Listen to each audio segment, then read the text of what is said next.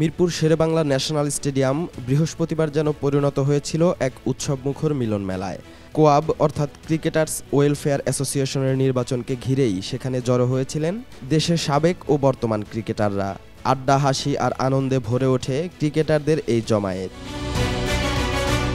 এদিন সাদা পাঞ্জাবি পরে ভোট দিতে আসেন জাতীয় দলের সাবেক অধিনায়ক তামিম ইকবাল। বিসিবির আসন্ন নির্বাচনে অংশ নেয়ার ঘোষণা দেয়ায় তাকে ঘিরে আগ্রহ ছিল বাড়তি। যদিও কোয়াবের সভাপতি পদে লড়বেন এমন গুঞ্জন থাকলেও শেষ পর্যন্ত সে পথে হাঁটেননি তিনি। এ নিয়ে সরাসরি কিছু না বললেও ইঙ্গিত দিয়েছেন বিসিবির নির্বাচনের দিকেই।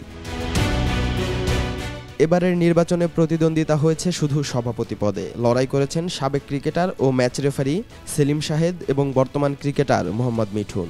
বাকি 10টি পদে প্রার্থীরা বিনা প্রতিদ্বন্দ্বিতায় নির্বাচিত হয়েছেন। দীর্ঘ 11 বছর পর কোয়াব পেয়েছে নতুন নেতৃত্ব। সভাপতি নির্বাচিত হয়েছেন মোহাম্মদ মিঠুন। 154 ভোট পেয়ে তিনি হারিয়েছেন প্রতিদ্বন্দ্বী সেলিম শাহেদকে, যিনি পেয়েছেন মোটে 34 ভোট।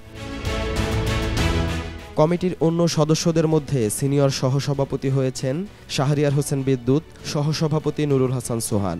এছাড়া রয়েছেন নাজমুল হোসেন শান্ত, মেহেদী হাসান মিরাজ, রুমানা আহমেদ, আকবর আলী, শামসুর রহমান শুভ, ইরফান শুক্কুর, ইমরুল কায়েস এবং খালেদ মাসুদ পাইলট।